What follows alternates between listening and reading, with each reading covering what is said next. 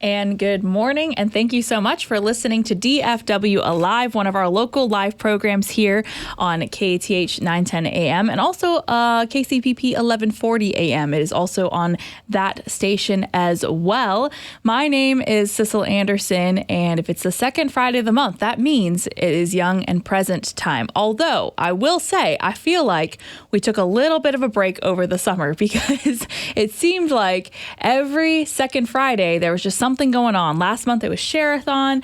Before that we had our big 25th anniversary event, and let's just say I didn't get it together and we didn't have a new show for a little bit. But never fear, it is a new month and not necessarily a new Sissel, but we're trying. So I am really grateful to be back here doing this program, which if you're not familiar with DFW Live at all, what it is that every week we have a new host or set of hosts who talk about different subjects based on what their show theme is. And I'm on the second Friday of the month, and Young and Present is the name. So you might get an idea from that what the theme of this program is. It's for anyone who is young or young at heart, because we don't discriminate on this program. And I like to be able to highlight different young adults in our DFW area, because I think it's really inspiring for us to hear about the upcoming church, to see what's going on, because sometimes if you just look at things at a glance, what's going on, in the young, in our culture, it could look really dour. But you know what? There is, in fact, hope. There are good things happening. We have a lot of beautiful, faithful young adults in our area. So I would like to introduce you to some of them. And today's guest may have been a very low-hanging fruit guest. And I told her, don't worry, she was only my second option for this month. And it's okay, because I have another guest that was now booked for November who was unable to come this time. But it's okay. In case anyone's wondering, wow, she's being really, really rude and really mean to her guest, but it is in fact my older sister Tova Anderson who is joining us on the show today. And for the record, I've always wanted to have Tova on the show, but I've always waiting for the right time. And when you are a couple days away from your show and you need to record something, you know what? That was the right time. So Tova, with that beautiful introduction, welcome to the program. Thanks so much. I feel so special and loved. As you should. So Tova is my older sister. There's 4 years apart from us. We also have our younger brother, Willem. And so I thought she's, first off, a very wealth of information on a lot of different subjects. She is someone that I looked up to a lot for, spiritual mentorship, and just generally is a very cool person. So who better to highlight as a young adult in our area than Tova? And so we're going to talk about a variety of topics, and including her conversion story, because if you're unfamiliar, I'm a convert and so is she. But, I've talked a little bit on the air about my conversion story. But it's very unique, even from the same household. It's very unique for each person, even if you're, coming in a group that is converting together. And so get her perspective on that, and also maybe some of her early faith life. And then also we'll talk a little bit about what it means to be young and Catholic and present in the church today, and what that looks like, especially if you are going through singleness and you are, how to be very intentional on how you're living your life. And then Tova also has a passion for poetry. And so we're going to talk a little bit about that too towards the end. So stick with us here on Young and Present. There's lots that we're going to be talking about. But without further ado, Tova, tell us a little bit, I guess, about your faith journey, wherever you want to start with that. Okay. All right. So I guess we did not come initially from a Christian background. So I'd say we had little bits of exposure to Christianity through sweet letters with our grandma. I was just thinking about this the other day. Grandma would always end her letters to us with Jesus loves you or God bless. So I kind of remember that as being some of my first encounters with that, and our grandmother was a devout Catholic, which was beautiful. So I kind of think those are kind of some initial seeds right there. We start really kind of practicing Christianity when I'm like 9 or 10. I remember it was awesome. I was so excited to get into this. Definitely was like, wow, this is new and different, but very excited. I was definitely all for it. And I do remember a lot of changes happening as we, are going through, I'm going through middle school, high school, but also at the same time, a lot of questioning at the same time, because it was like, yes, yay, Jesus, great, we have this faith, but also feeling like, well, but how do I know him? And just not really feeling like I quite understood, or not that I do now, but like fully, but like I felt like there were a lot of questions that I didn't really have answers to. So there was a lot of wrestling, I feel like, for myself through those kind of like teen and college years. So I mean, the teen and college years are already just like difficult with faith, I find. And it's interesting too, because when we get into more of like a conversion to Catholicism, is that it came at a different time than it did for me, for you, because you're 4 years older. I was 17 and you were 21. And so kind of different situations. You are trying to work on that independence. You're like, I'm about to be finished with college. What am I doing? Whereas I was like end of high school, and I was in like still the teen rebellion phases. So it's a little bit different. But how did you feel on your faith, like going out of high school into college? How strong do you think your faith really was? Not the strongest, I'll be honest. So I was really blessed. Certainly, we definitely had some great people around us who were trying to challenge us to be good Christians. We had a Sunday school teacher we always talked about who was really always trying to challenge us in that and work on apologetics, all that great stuff. But I would say it felt like internally I was kind of falling away from God. Like I didn't really have that prayer life, really. I didn't know exactly how to have a prayer life 100%. There were certainly some people who talk about like, oh, I have a relationship with God. I'm like, okay, how do you do that? And I really wish I would have, known that. But, but it felt like, yeah, I had a ton of knowledge, but I just didn't feel like, so I kind of felt like, and then as I went into college, it definitely felt like a lot of encounters with the world. I knew intellectually kind of how to deal with some of the questions and things. And I certainly didn't waver intellectually, but in my heart, I was struggling with like, well, how do you really follow Jesus in this world today? And I don't really know how to be a disciple really in the midst of this. So, yeah. I think that's an interesting point too, because for a little bit of background, we both grew up homeschooled. And, obviously once we started introducing Christianity into our household, that became a huge portion of not only just our lives, but also even it was in our schoolwork. We, our mom signed us to read how many chapters of the Bible every day and this catechism you're going to learn and read. It was so much. Our mom was very big on making sure that we knew our faith and that we understood it. And she was also very good about, having conversations with us about just in general living life and how to gain wisdom, like those are how to get mentors in your life. There's a lot of really good things. However, I will say I don't think either of our parents understood prayer life either. And so that little bit was a bit, they were still figuring it out as well. So not necessarily to blame them, they were figuring it out as well. Absolutely. And not. So you going off and being like, okay, yeah, I understand all these things, but not feeling actually truly the relationship with Jesus fully there, it kind of makes sense. It's a good thing for us all to remember is how to understand it ourselves and then pass it on to the people in our lives. But so college happens, you're there, you're in an interesting, it's a state university, Yes. a very artsy state university that you're at. Yes. Got a lot of interesting things happening there. Very, very fun place. Yes. But were you able to practice your, faith through college and then, maybe leading into the big Catholic bomb that happened? Yes, absolutely. So yeah, I immediately, due to, great witness from mom and, family kind of stuff, I immediately was involved with a Christian campus ministry, which was great. And definitely it was great to have that fellowship and be with like-minded people. Was, certainly very happy for all of that. I would say in my classes when I'm encountering interesting ideas, right, and things like that, I felt like, our mom had done a great job preparing us for that. When I encountered classmates and they were having various relationship struggles or other struggles, while I was, just a little college student, I didn't necessarily have tons of experience. I felt like so blessed that I had that to be able to share with them. But again, the one thing I kind of kept wrestling with is that,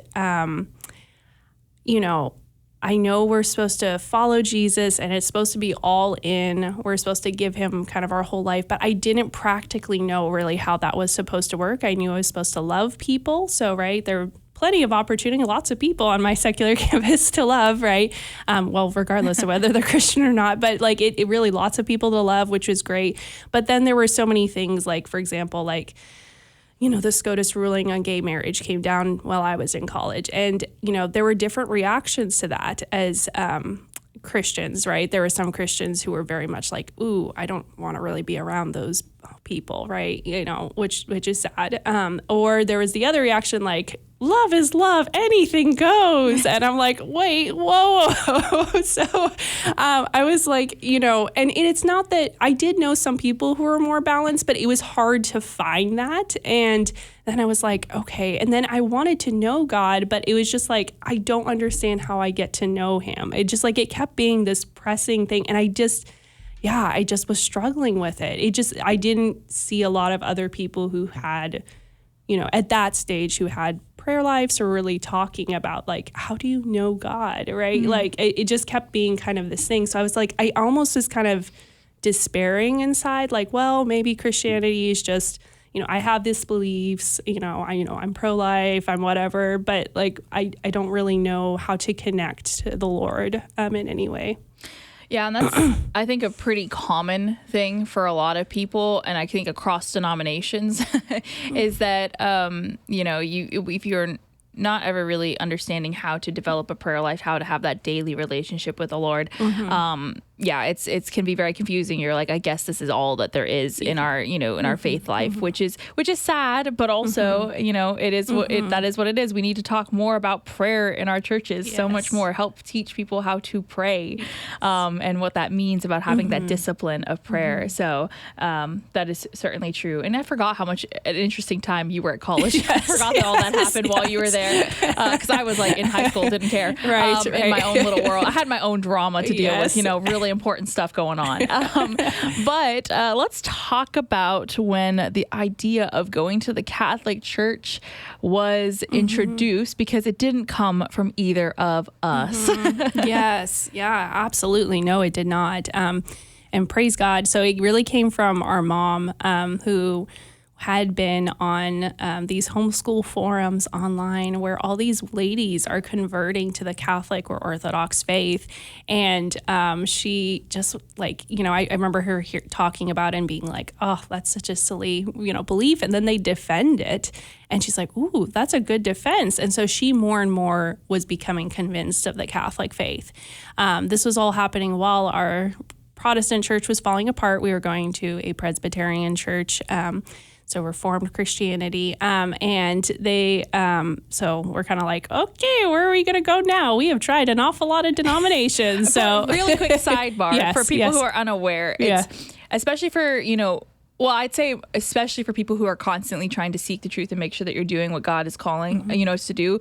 In the Protestant world, it is pretty common for you to church hop every few years, to go from one church even to different denominations to try to what I will like to say that you're looking for the Catholic Church, but like you're doing this like hopping. So that was something, because our parents were very big on making sure that whatever church we went to was truly aligned with, the Word of God, and also that there was some sort of, they were looking for authority, I think, more than anything, which is really funny because you're like, isn't that the Catholic Church? And also, again, for background, for reference, they both were raised Catholic in varying levels of Catholicism, like not how devout it was. Both of them fell away in their teen years. So we're talking about that they did not have a great view of the Catholic Church because they didn't understand its teachings. And so that is why they did not even consider going back to the Catholic Church when they came back to Christianity. And so so my mom, like seeing all these things on forums and actually seeing some good defenses, she was, that was really eye-opening for her. And like Tova said, that our our church was not doing super well at the time. There was a lot of issues that our parents were bringing up, and were not satisfied with how they were being handled. And so we were on our way to the next Protestant church as per usual. It had been the time had run up. It was time to go. Actually, I'd stay there for probably the longest we had since living here in Texas. Want to remind everyone really quickly that you are listening to Young and Present, which is part of the DFW Alive series. So it's one of our local programs. My name is Sissel Anderson, and I work here at GRN.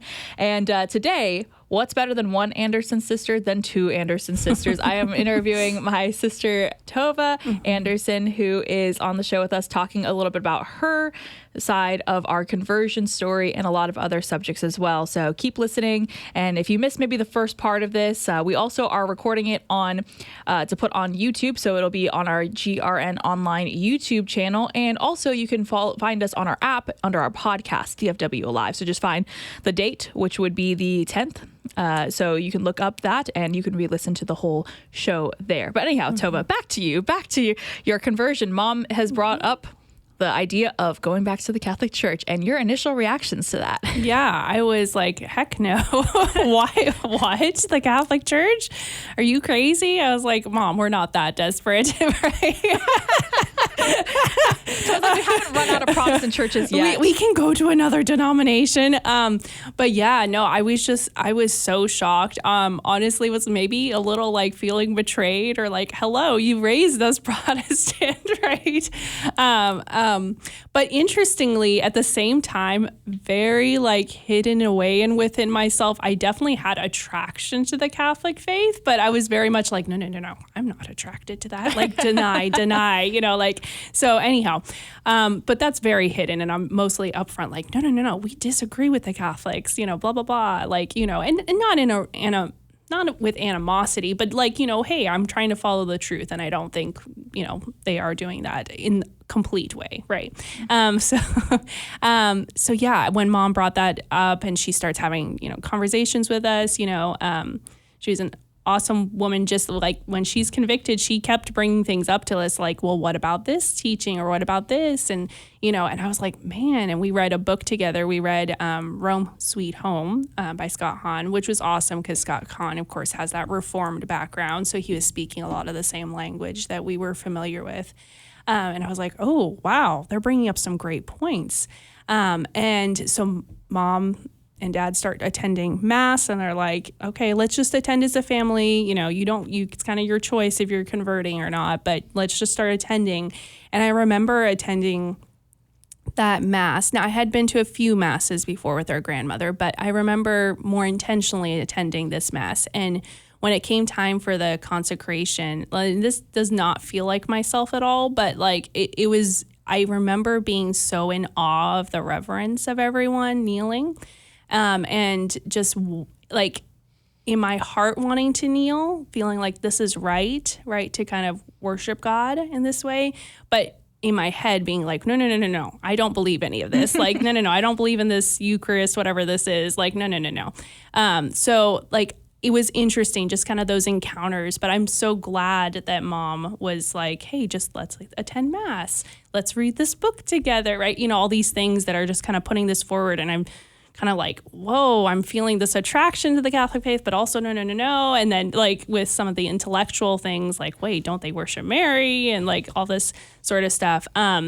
But yeah, no. And then at a certain point, kind of after a lot of wrestling, I even went to my campus pastor and asked him some questions because I was trying to figure out, okay, wait, Catholics have these books in the Bible. We don't have these. What does he think? What can he give a good defense, right? And I was like, help me out with this. And his response was that, well, I mean, why does it matter that much? I enjoy reading the Maccabees. And I was like, but wait a second. How do we know that like the Quran or the Book of Mormon are not God's word? We can't just be sitting here like, I enjoy the Maccabees, but like, are you saying you believe it's God's words? What are you saying? Like, and he's like, why is it such a big deal, Tova? And I'm like, oh, what? You don't have answers? I was relying on you to slap this down. Exactly. I was like, I'm starting to feel like the Catholic, faith is giving good answers as I'm reading and such, I'm like, oh, they don't actually worship Mary. They're just honoring her. And that actually makes a lot of sense, right? Like just we honor our country, we honor a lot of other things in our life, and that's not worshiping, right?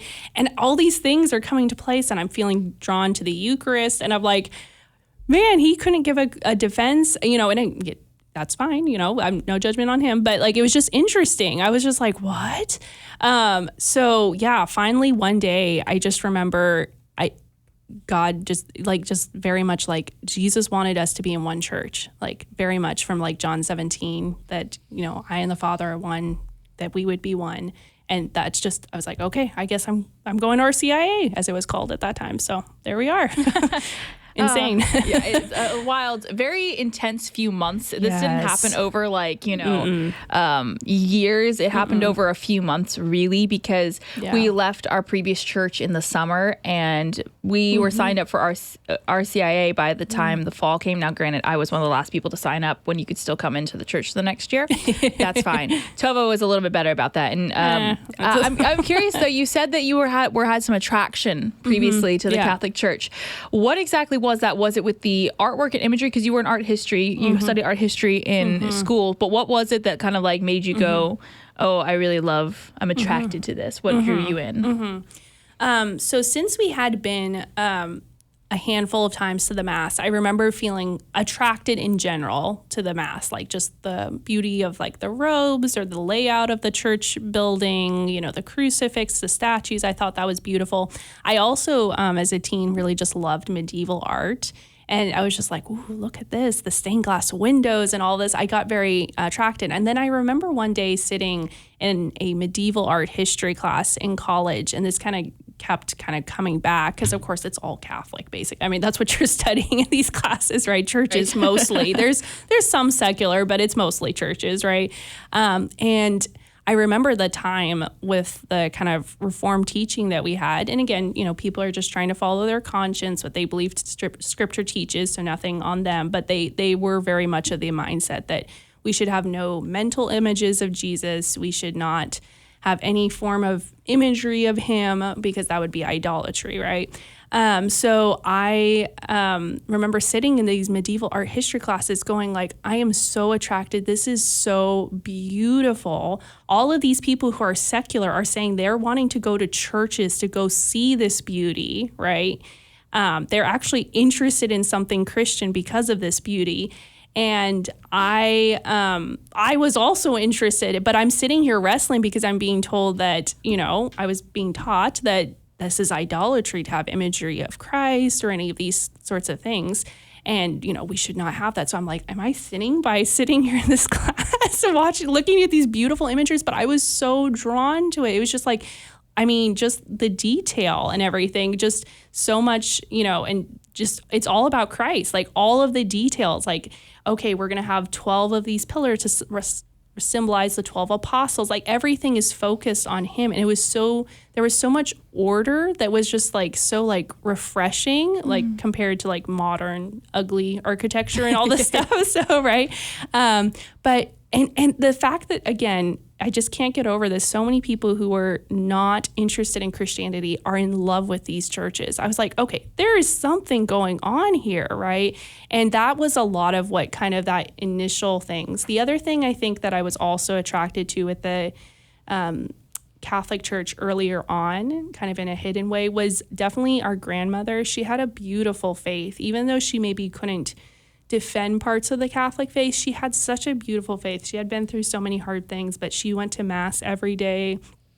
And, she would put like money in a Bible and underline verses for us to read. And if we read the verse, we get cash. But like the fact that she just always was wise trying woman, to share. Put some money in the Bible so that I was really good at that. Yes. I was really good at collecting those dollars. Yes. And she was trying her best to live the faith, she's just such a beautiful witness, not perfect, but just a beautiful witness. And I think that kind of challenged always my view of, Catholics, poor Catholics, they don't have all the truth, that kind of thing. And it really always challenged me. But I'm like, but my grandma, this like doesn't make sense with, and then, I could go on to other things with witnesses of Catholics once I kind of become Catholic. But yeah, so those were kind of the things that I think were stirring kind of all through my growing up. So it's so interesting that. And same thing, obviously, with, being Protestant, you're told to not really look at images. But the way that our hearts are drawn to it, it's like, God did create our hearts. Yes. So the fact that we're drawn to beauty, or drawn to beauty and truth. And the fact that we're trying to deny that is really interesting. Yes. I want to remind everyone that you're listening to Young and Present on DFW Alive. My name is Sissel Anderson, and I am talking today to another young adult in our area who also happens to be my older sister, Tova. And we're talking about her conversion story. And now she's officially, at this point in the story, joined RCIA. That's what it was called at the time. At her college. She did it at the University of North Texas at JP2. And talk a little bit about, I guess, that part of your conversion process, and did everything just go smoothly after you became Catholic and you had all the answers? No, absolutely not. It's so funny. One of my dear friends asked me, what was the hardest part about becoming Catholic? So the process, right? Even if you sign up for RCIA, you might still be wrestling with different kind of, either teachings or like the very high calling of being a Catholic, right? And I told her, the hardest part was encountering the witness of Catholics and really feeling called out by a lot of Catholics. So again, like with my teen years, because I really, intellectually was very Christian, but I really felt like internally, not a lot of great things, in my heart, really just letting a lot of sins fester and things like that. And I just felt like in the best way possible, so called out from all the Catholics on the campus ministry. Like, I just like their joy, their peace, their just willingness to serve and give and give and give. I just was like, whoa, oh my gosh, I have got a long way to go, right? So, but it was beautiful. I was so grateful to them, right? Because like that was showing they're trying to follow Christ and they have, access to this, the Lord. And they have a discipleship and a walk with him. So I was just, that was definitely the thing that, definitely as I'm going through RCI, I'm like, wow, okay, this is a lot, right? Like this is a high calling, right? This is truly what Christ taught us to do, right? Like give our all to him. Then after I convert, beautiful, best day of our lives, in my opinion, was the Easter Vigil. We come into the church, absolutely amazing that we get to receive Christ in the Eucharist. We are now Catholic. This is awesome. But as it goes, right, then the suffering starts happening, right? So, and you're like, oh dear, now the rubber hits the road and I got to actually mean what I say and being Catholic. And I really struggled the first couple years after, and I've heard this from a lot of people who go through RCIA. It's not, it's not going to be all roses. It's like the most intense Jesus high. Yes. But you do actually have to come down from that a little bit and recognize, oh, I'm in reality still, in fact. Yes. I have Jesus, but I'm still in reality. Absolutely. So, for myself, I was definitely struggling with like, what am I doing with my life, and going back and forth on career ideas. And like I had switched my major like 6 times and all this kind of stuff. So anyhow, I was wrestling with all of that. Finally was kind of working towards teaching and all this good stuff. And I was working for my dad while working on teacher certification. And then, the person who really had exposed us to the Catholic faith, our mom had a stroke, and it was, it kind of, it was quite a bit, to be like, okay, now Lord is like, okay, you have to follow me, kind of even despite not having that person who really, praise God, planted that seed of the Catholic faith for us. And, she passed away after a month. Praise God, we were able to have her for a month. And even though she was, kind of in a coma state, that we were able to still be with her on some level and get to say goodbye a little bit slower. But man, that really, I remember kind of thinking like, so many things came out of that. I was like, Mom had been such a model of faith for us. So I was like, okay, don't have that right now. And then 2, I very much felt like I have to like in some ways, like the legacy she's given me of faith, I have to let this like really bloom and grow. I cannot wither. I really need to, and I was also, and then this is, you know, morbid, but in a good way. I was also very convicted, like, okay, I'm going to die someday too. So I really need to like, and that was a really kind of like a real, I don't want to call it a conversion, but a really second boost for me to really like, okay, we got to take this discipleship very seriously, right? Because like, it's not just simply the high of like, oh my gosh, we have the Eucharist and we have the sacraments and I'm Catholic, this is so cool. But then really the, you know, when suffering hits to like, okay, no, like now I have to follow Jesus in the hard, right? Like the really hard. And I can't be, you know, the nicey, like, you know, happy conversion, yay. Yeah. So, it's super, it was super hard in the sense of, I thought that the biggest part of my story, like my faith story, was that conversion. And then how many years was it? 2.5 years later, losing mom I was like, whoa, I did not have this in mind. Yeah. And interestingly, again, obviously, do I wish that hadn't happened? 100%. But at the same time, I realized how many ways that losing her helped my faith as well. And I think ultimately helped all of us kids' faiths in very different ways. We all responded extremely differently, negatively and positively. That, especially in the new months. We were all in different ages, all different relationships going on, like a lot of mess, but a lot of mess. So you decide you're like, I'm hunkering down, I'm walking down, I'm going to do this faith thing right. What did that look like for you in your day-to-day life? So I really, through that, really became convicted, like, hey, I learned an awful lot about prayer being Catholic, and I was saying the rosary every day. I was not being super intentional with it, but that was a seed, and praise God for that, you know, my RCA class had really encouraged that, and that's huge, you know, huge to have that time with Our Lady. But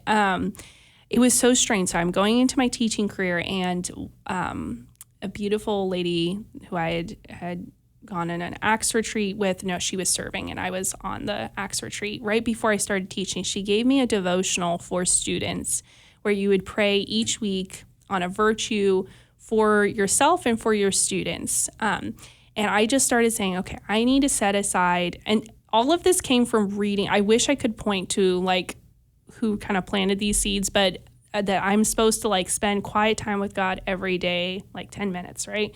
So I just start doing it through this little devotional where I'm reading about a virtue, I'm reflecting, I'm asking for God's help as I try to teach all these kindergartners and try to be a model for them, really struggling my first year teaching. And it started, I don't know, it was just kind of strange. It just started like, I started noticing more things in my life, like, okay, well, you need to pray for this now, or God's calling you, convicting you of this through that prayer time.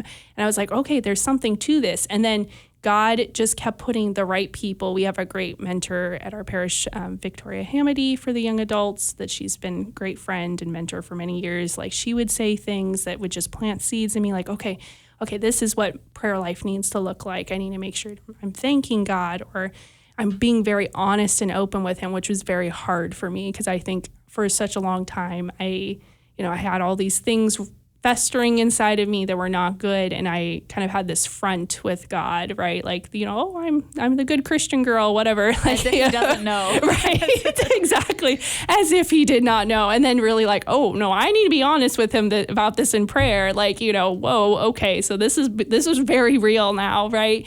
And there just kept being, someone would give me a book, or I'd come across a YouTube video when I'm, on social media, and just a thing after thing after thing just kept coming and convicting me, like, focus on prayer, stay on prayer, like, just grow in your relationship with him. Like, you got to walk the walk, kind of a thing. And it was beautiful. I'd sometimes be like, well, but how do I keep peace through my day with, let's say, with my students? And someone would hand me a book that just fit that. Like, I was praying, Lord, help me to figure that out. And one of my friends handed me a book by Jacques Philippe, Keeping and Maintaining Peace. I think that's the title. But yes, it was kind of crazy. So it's nothing like a big, like, like it wasn't huge things that happened, but it was all these little things basically. And I kind of started to learn, like, this is what it means to walk with God, right?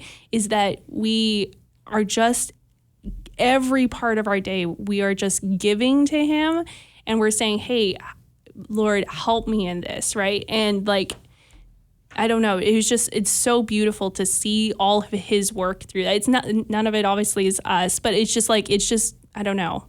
I'm not explaining this super well, but it's just beautiful to see those little things when you don't have a prayer life, that you miss all these ways that he is providing for you and calling you, how can I serve the people you're putting in front of me today, right? Like, and he gives you the words, and he gives you, but I think without that prayer life, I kind of realized, oh yeah, it doesn't actually make sense to follow Jesus if you're never talking to him, right? Or those beautiful ideas, right, that I always had, I'd read the Bible, these things, they actually do need to apply to your walk, because the only way someone who is like, I'm encountering the world will know that Jesus loves them is through me. And that means I have to be so full of him so that I can give him to others. But I have to make sure I am first full of him by like spending that time in prayer. And then when I'm in those moments, he gives me the words, right? Like, he tells me what I need to do. He tells me what actions I need to take. I couldn't do any of that without him. And like, it just, that's I think the best way I could describe it, that just I kept, and things were still very tough during this time, because our poor brother we were trying to homeschool him and finish out his schooling without mom. Lots of life changes, lots of things, as you can imagine, everyone's grieving. So lots of family drama, all these things, lots of ups and downs. My friends were going through ups and downs. But so it was very, very hard period, those first couple of years after mom passing away. But like, at the same time, in some ways, like with him, I started to see, okay, this is how you walk the walk. And I just, like, a lot of the things, just being able to be honest with him and say, okay, wow, we've got a lot to work on, and like, help me to change, to be the person you want me to be. So yeah, it was rough. So you're talking about that it's like not one big thing, but it's lots of little things, which I think is really funny, considering that your confirmation saint that you chose was Saint Therese of Lisieux, who's like, yes. The little way. So all those little things. Yeah. And we've been blessed beyond measure with some of the people that are in our lives to really sit down and teach us what it means to have a prayer life, because it shouldn't be like this hidden mystery, this guessing game sort of thing. No. Sometimes we can easily fall into the trap of pray when you feel like it, which is like, yeah, please pray when you feel like it. Absolutely. Yes. However, imagine if we said, love your family when you feel like it. I mean, we're not going to do that all the time, and not well. So the idea of like having the discipline daily, like, we set aside, at least 10 minutes a day to speak with him, and to build that up as a muscle memory, as a practice. And it's not always going to feel all lovey-dovey. It's not always going to feel like you're hearing God speaking to you, but it's kind of like you're not going to feel a six-pack after like 2 weeks of doing some crunches. Right. Unfortunately, I have tried. It has not worked out for me so far. But I just want to remind everyone who is just tuning in right now, you're listening to one of the local programs we have here on the Guadalupe Radio Network. DFW Live is what the overall show is called, and each Friday it's a different guest or set of guests, or hosts, I should say. And on the second Friday of the month, it is Young and Present, and my name is Sissel Anderson, and I am joined today talking to a young adult here in the DFW area, also my sister, Tova Anderson, about her conversion story in the early years of living out her faith, especially after we lost our mom. And so Tova, you said you had all these little things that we're just working on, just really understanding how to live each day, and all the like applying all that you were getting from God into your daily life. And I want to bring up this subject because I think one of the things that I particularly look up to you for is how you handle friendships and relationships, because we sometimes can look at friendships and they're just friends. You do fun things together, and it doesn't go beyond that. There's, and there are friends that are going to be like that. They're friends that pass through. It's not going to be a deep friendship. But with Tova, with her friends that she is trying to pursue a deeper friendship with, very intentional about making sure that she herself is like living out well, and but also that she, you feel convicted sometimes to talk to your friends about things that are coming up, that maybe things that are concerning, things that most of us would like shy away from having these conversations. And I'm not saying that Tova's going around telling all her friends, you're doing these things wrong. That's not what I'm saying. But she really does like live with conviction on, hey, I want to do better and I want you to do better as well, sort of thing. And I'd hope that you do the same for me kind of idea. So talk about navigating adult friendships, especially while living out your faith. Yeah, no, that's interesting, because I felt very much like, as I was converting, like watching these Catholics who had these beautiful friendships, I was like, yeah, I kind of suck at friendships. It was another area I felt very called out in. And just real quick to tie it back to prayer life, one of the things that was interesting that a lot of spiritual writers talk about again and again, which is so beautiful, is that a relationship with God is like a relationship with a person, right? So a really good friend, you talk with them every day, or let's say you're married, you talk with your spouse every day and you make time for that, right? And I was like, yeah, I kind of don't do that with my friendships. I'm like, I'm busy kind of a thing. I wasn't putting much effort into my friendships. And that was like, ooh, ouch. Okay. So I felt very called out about that. And I was like, okay, we got to do better here. Right. And I think the wisdom of our mom kept coming back to me as we're moving past, her death and things like that. And I felt that like, wow, we had been given so much. And again, I don't have any wisdom really of myself, but I felt like she really was very intentional about living, and that we can't just live life in a lackadaisical kind of way, or not aimless, right? So I think her wisdom kept coming back to me. So when my friends would go through rough times and they're like, oh, I'm going to do this, and I'm sitting there in my mind knowing, what our beautiful faith teaches, knowing the practical wisdom that our mom had, just really, she would be very blunt, but she had good opinions, right, on how life works, how we need to make decisions, what's the most holy or, good way to approach a topic or a conflict. I was just like, okay, I have to share this. It's not right for me to not share this with others, right? And that comes from my mom. That comes from like beautiful mentors like Victoria, from you, Sissel, like feeling people had called me out, and how much that helped me when someone was able in gentleness and humility to call me out. Like, I can't abstain from that from others. And that's really actually very hard for me, because I am not a very courageous person. I tend to get very like, oh, what are they going to think? And, I get too caught up in opinions, how people view me and all this kind of stuff. But really being like, no. Jesus is like, no. We need to be courageous and just say the thing, right? So I have a dear friend who's not practicing, the faith. And then, I have friends who are really wrestling with like vocation or their relationships in their lives or whatever it may be. And again, I don't really come from a place of like, I have tons of wisdom, but I just, because, praise God, through prayer life, he gives me peace.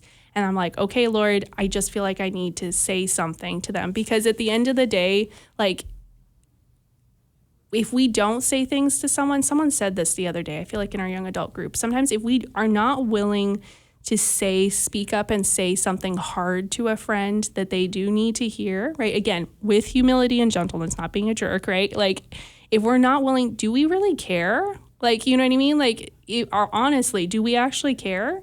So, and I think I was like, yeah, that puts it really well. So I think I started as I was like, hey, I need to be faithful to God in prayer. He is so faithful to me. Like, this is what faithfulness to friendships means. Like, I am there when their life kind of sucks, right? But I also have to be willing to speak up and speak out sometimes for them, in the hopes that they will help them. Yeah. No, it's really beautiful, because I think that also it plays into all relationships, and especially like if you're pursuing dating and things like that too, about you have to be able to be honest with people and to, speak something. And yes, our mom was a little spicy at times. She's known to be a little spicy. She also did not believe that you can I really love these people and I'm going to say something because I desire better for them. And so again, it could come off, some people might be like, that's really meddling, or you're saying this, you're speaking, but these are like people she knew really well, and that she, felt the courage to call out on certain things. And so, it worked really well for her, and she passed that on. So we're still trying, we're still figuring it out. But, Tova, we have about 11 or so minutes left in the show, and I want to talk a little bit about living out your faith as a single young adult. Like how do you live out with intentionality? Like how do you choose to live, and the decisions you make on how you spend your time with serving, with friendships, with pursuing dating, like how does that all work for you now? You've got it all figured out, right? Oh, I've got it so figured out.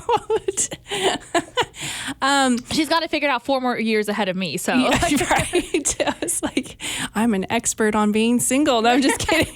She's got a degree. No. It's a constant struggle, honestly. But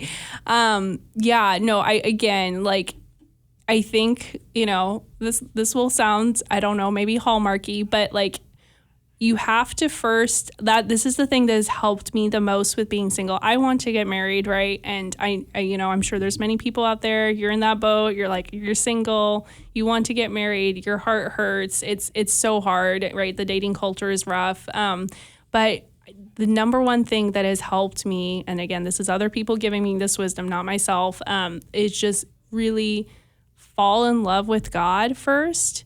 And that fills a part of your heart that no one else can, right? And if that part is filled with Him first, then all the rough and the hard and the up and down with dating and trying to find somebody and the breakups and all that are not easier, but you already where that, we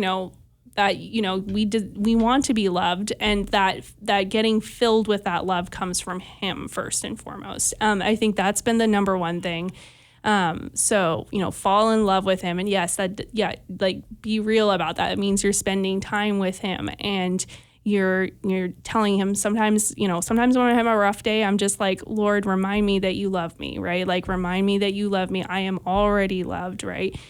So, and I know that may sound hallmarky, but it's really not. You have to have that, because we all are starving to be loved, right? And then it's in our turn, as we're filled with His love, that's how we go show it to other people. And that leads into other parts of your single life. Well, then if you're so convicted that God loves you, now you're like, oh my gosh, all these people don't know that God loves them. Oh, okay, how can I serve, right? And just first off, starting with the people right in front of you, which, oh, ouch, that's the hardest people to love, right? Your family, your friends, just the people, your coworkers, the people God just put in your life. What's a little way I can make their day better?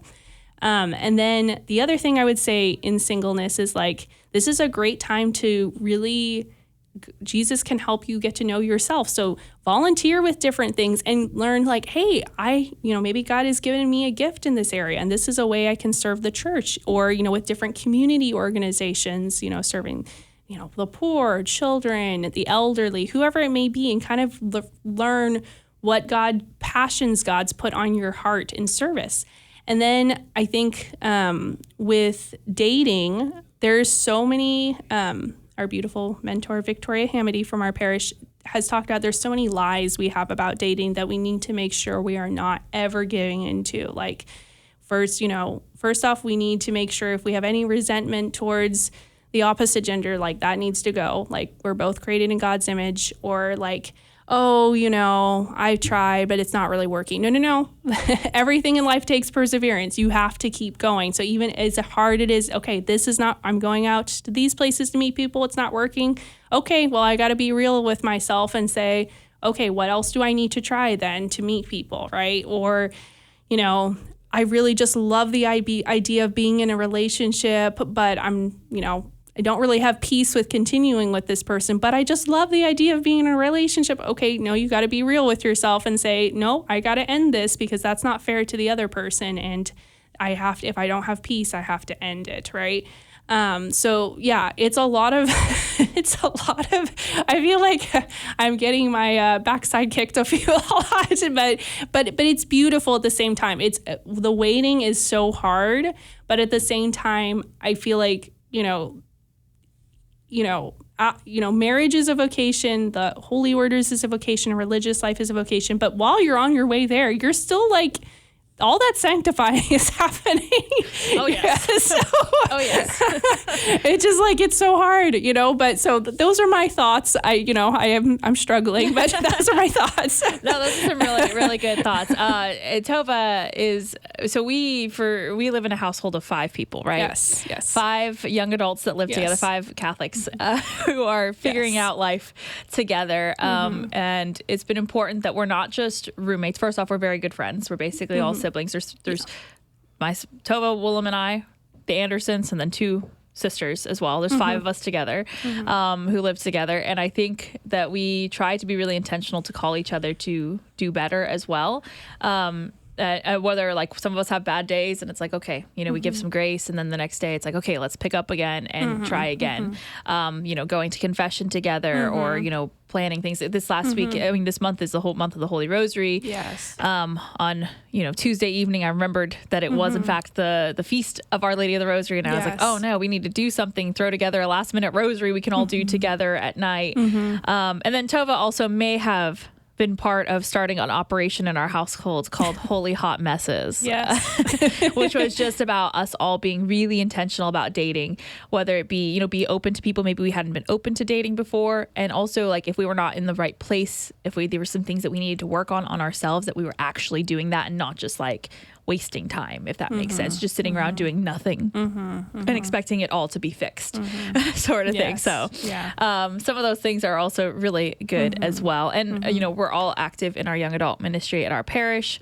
as well as other volunteering and service opportunities just to put yourselves out there. And again, Tova's also good about getting us being like, hey, there's this festival going on, we should go, this is where we meet people, this is where we do things. So very intentional single living. It's really easy.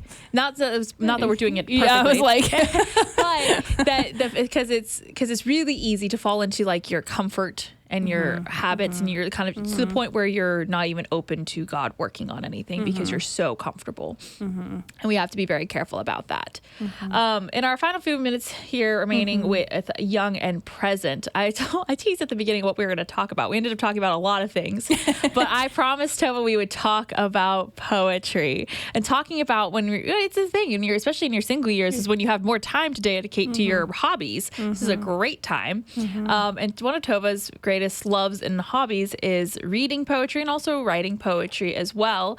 And she particularly loves finding out like about Catholic poets and things like that. So Tova, tell us a little bit about your passion of poetry.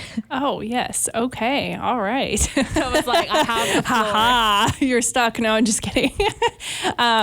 Yes, no, I love poetry. So being homeschooled, our mom really liked the classical model of education. So we'd memorize poetry. We read tons and tons and tons of poetry. And we also got opportunities to practice writing poetry, really just to understand poetry better. So why even poetry? I will make an argument that I think the Mass is poetry, right? It is, or it could even be called a poem. It is. The language in the Mass is all so beautifully written. It is not all utilitarian language. So poetry is really, there's an essay I listened to excerpts from through a poetry podcast that I love. And he talked about how poetry frees language from the world of the email and the sticky note and our kind of day-to-day what we have to write just to get through our jobs and things like that, right? Or to-do lists or things. Poetry frees it to be something that touches on beauty, right? And then can kind of pull us out of our everyday lives and then make us more grateful and humble and appreciative of our lives when we are pulled out of that. So I really am very big into poetry is not a snobbish thing.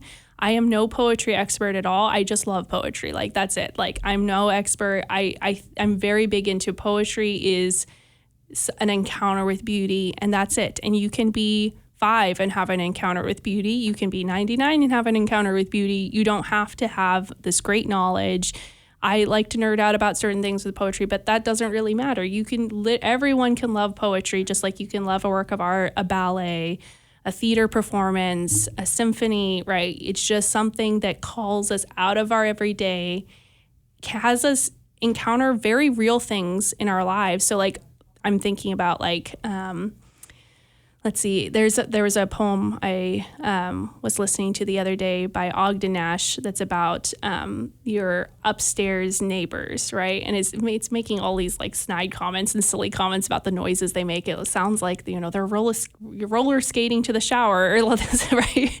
But it's funny because what that does is through the different language that it uses and not like text language or emails, it kind of pulls you out of our everyday world and then makes us look at these funny everyday circumstances we have and then kind of have better appreciation for that when you come back to your daily life, right? So same thing with a still life painting of, let's say, a bowl of fruit, right? We see fruit every day, right? And we can be like, whatever. But when you look at art and you look at that challenges you to say, oh, I didn't notice this before. Or, wow, I'm seeing this from a different perspective, someone else's perspective. And it's making me remember these things in my life. And then you have a lot more joy when you, I guess, see fruit in your daily life. But I think that's what poetry does on the writing end of things. That's kind of what it's I feel like it's meant to do, right? Mm-hmm. It says things we can't say with like our technical writing or our email writing, right? So, yeah. That's awesome. That was really beautiful, and hopefully encourage some people to maybe appreciate poetry a little bit more, or take up some poetry, because I have a feeling there's a good number of people who don't read poetry in their daily life. It's just something that's just not on the radar to even do. Fair. Now, I didn't ask you this ahead of time, so this is a little bit unfair, but I'm going to try to buy you time. Okay. Is there a poem you would like to share from like one that you've read or that you just really appreciate and love? Because if you are able to find one quickly, I'm not going to, if you have it memorized, great. Because Tova does in fact have poems memorized. I do as well, but they're not, they're kind of silly ones, the ones that I have memorized. Yes. But I want to remind everyone who's been listening during this whole past hour that this is DFW Live. It's one of our local programs here on the Guadalupe Radio Network. So it's across our local stations here in North Texas. And it's Young and Present. It's a show where I like to highlight young adults in the DFW area, young Catholics who are living out their faith, and just hearing about their stories and being encouraged by it, because, we're still in the phase of figuring it out, the figuring it out phase. And I think older adults are as well, but especially us now, when you're finding your vocations and getting into that, that way of life. It's very interesting time period for us. So if you know a young adult who you find inspiring or you just think is really interesting, you are always welcome to send me an email and let me know. And I'd love to have them on a future show. My email is my first name, Sissel, which is kind of the big stumbling block of being able to spell that, but it's SISSEL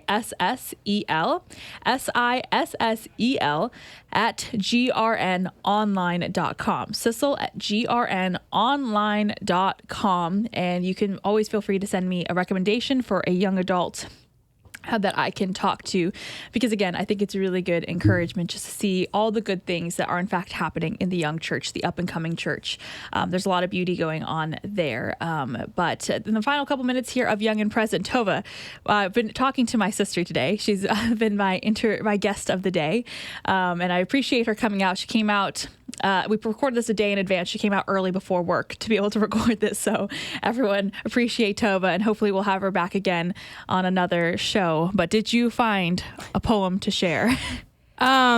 Yeah, so we're going to be humble here. No. So That's okay. no. So I do have a poem I would love to have shared, and I really should have brought the book with me, but that's okay. But I will make a call out to the poet. So his name is James Matthew Wilson. He is actually Thomistic, so maybe Dave Palmer would like him. He really likes Thomas Aquinas, and he writes about it in a poem. And there's a particular poem of his called The Crack. And I love the imagery in that. So I have started to memorize it. I'm trying to think if I can remember how it starts. But if I cannot, that's okay. but I would really highly recommend getting a copy of his poetry. So that would be a shout out I would definitely make. It's not too hard to read. So perfect. Awesome. I'll try to put a link in the YouTube description of our of the video that we are posting on YouTube, and maybe you can find it elsewhere. Yes. So but thank you so much, Tova, for coming on Young and Present this month. We really appreciate it. I'm starting to think maybe you should be the one talking on the radio, not me. No. Shout out to Sissel, by the way. No. I was gonna say, yeah. Well, thank you all so much for listening. We'll be back again next month in November, and Lord willing, I'll give a little tease. We'll have someone who works for the Dallas Diocese newspaper, the Texas Catholic, will be joining me, a young lady. So I look forward to that. Until then, have a wonderful rest of your Friday. God bless.